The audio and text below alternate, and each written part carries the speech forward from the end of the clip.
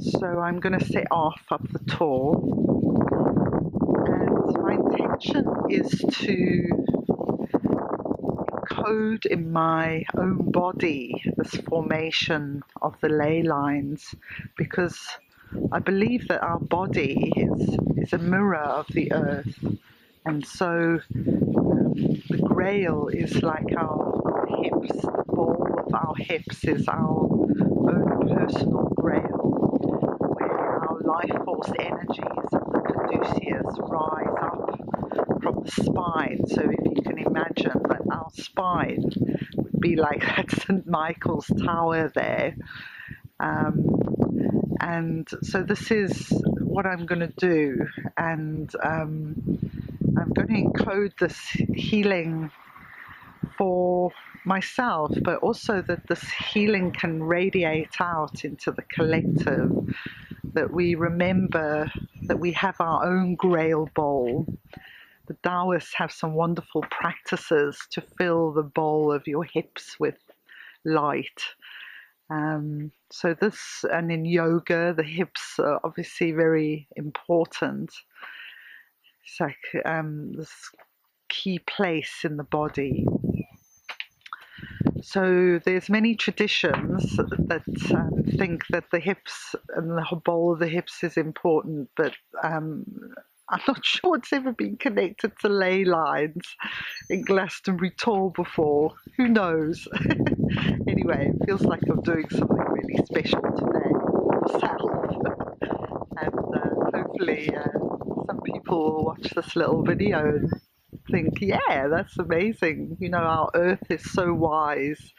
She's so much more than, you know, we've just made her so flat, so dead. But actually she's alive and vibrant, and she's doing all these amazing things, you know, and people in the past understood this. So I feel like I'm discovering this.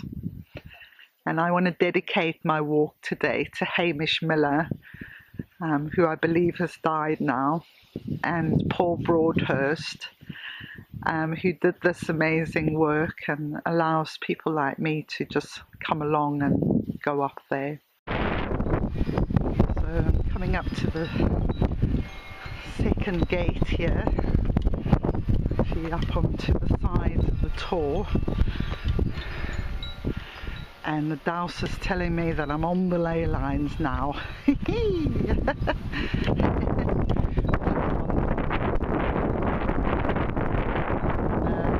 Guardian trees.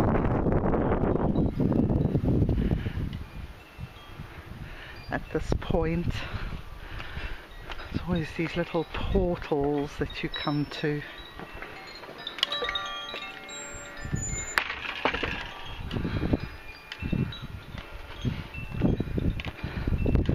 It's quite a steep climb, the Tor.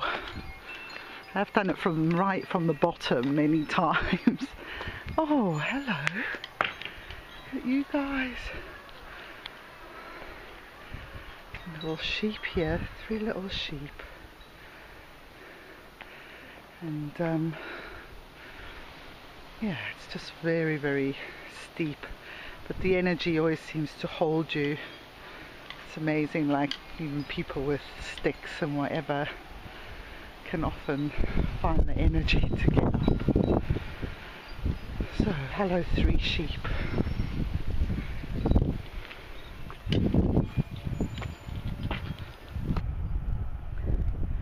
I'm about halfway up the Tor now, and just been contemplating this idea of the yin holding the yang energy.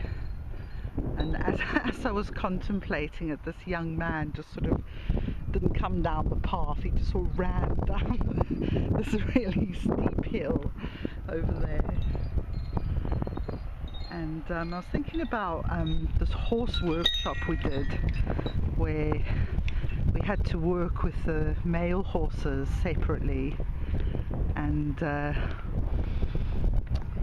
well, we've worked with the female horses first, and it's interesting reflecting on this. It's actually Luca just kept going round and round, creating a circle of the energy field of us. And then when we worked with the male horses, it's 3 of them in the round pen, they were just like, oh gosh, rearing up and pretending to kick each other. What Amanda was saying, you know, they're just playing really, but it felt like too full on for all of us. There was 5 women for us to go into the pen with them. So what we did eventually is we were measuring their energy field. It was about very wide energy field, at least 30 feet maybe.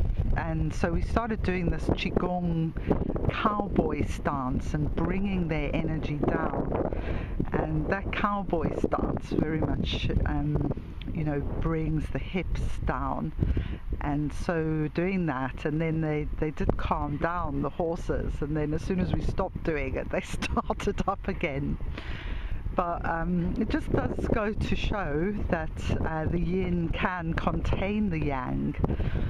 And another thing that's interesting is there was just talking to someone recently who works in Tantra, and I was quite surprised actually that in many tantric practices that the yang holds the yin energy, and the yang is seen as a kind of cold energy that holds the yin energy, which is more warm. So that's kind of a different place, I guess, different, not saying it's wrong or right, but I guess I think of the earth as cold, as a cold holding element, and it holds water, it holds fire as well, and it holds air. You probably can't hear any of this because of the wind that's blowing, if the last video's anything to go by. Anyway, I'm going to carry on my journey now.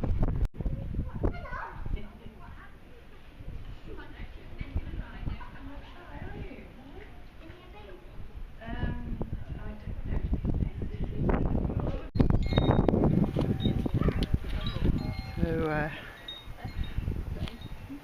this little lamb came right into the St. Michael's Church. St. Michael's Church. Really bad at dating, not and felt very much like the presence of Jesus. And his mother called it, and it went. I'm very interested in this idea of the Tor as the Holy Grail, because at the beginning of this year I had a vision of Juno, Astrea and Hygeia crossing the galactic center, and they were high priestesses, and Hygeia was holding the Grail, Astrea holding the spear that drips with blood of Christ into the Grail, and Juno before them, goddess of the sacred marriage. And they're in the early part of Capricorn at the moment. They crossed the galactic center earlier in the year. This is 2017 with Saturn, and now they're in the early part of Capricorn, which is the sign of creating new forms. And actually, as I'm doing this pilgrimage, are also conjunct my own moon. Turn the camera around. I feel a bit self-conscious filming people. So I shall continue my walk down, having shared those thoughts. I've got some time, so it's nice just to sit a while, and I wanted to sit here with the sheep underneath a tree, and that little black one there is sort of limped towards them. But he or she seems okay, and kind of identifying with the black sheep, joining the main flock. The story of my life. This pilgrimage is definitely an element about belonging and feeling that the Christ light, St. Mary, are part of me, part of my journey. And you know, this whole thing about being gay, being an astrologer, all the things I'm apparently not supposed to be, but I am. So what do you do? You know, it's spent my whole life trying to feel at ease with who I am. And, you know, because I've got some very religious people in my family. They're very nice to me.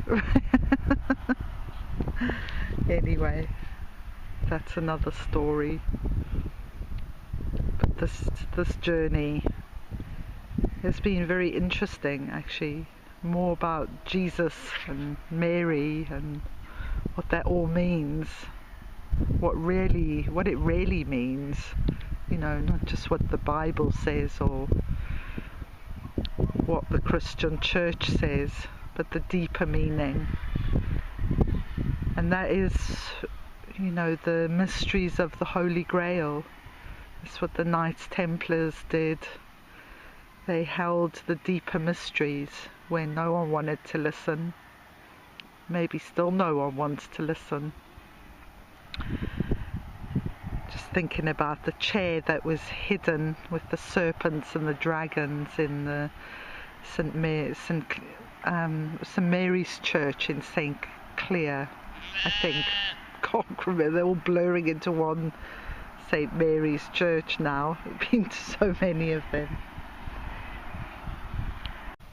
Wow, I've just been sitting here and 2 green woodpeckers just flew right in front of me, and a while back a heron flew over.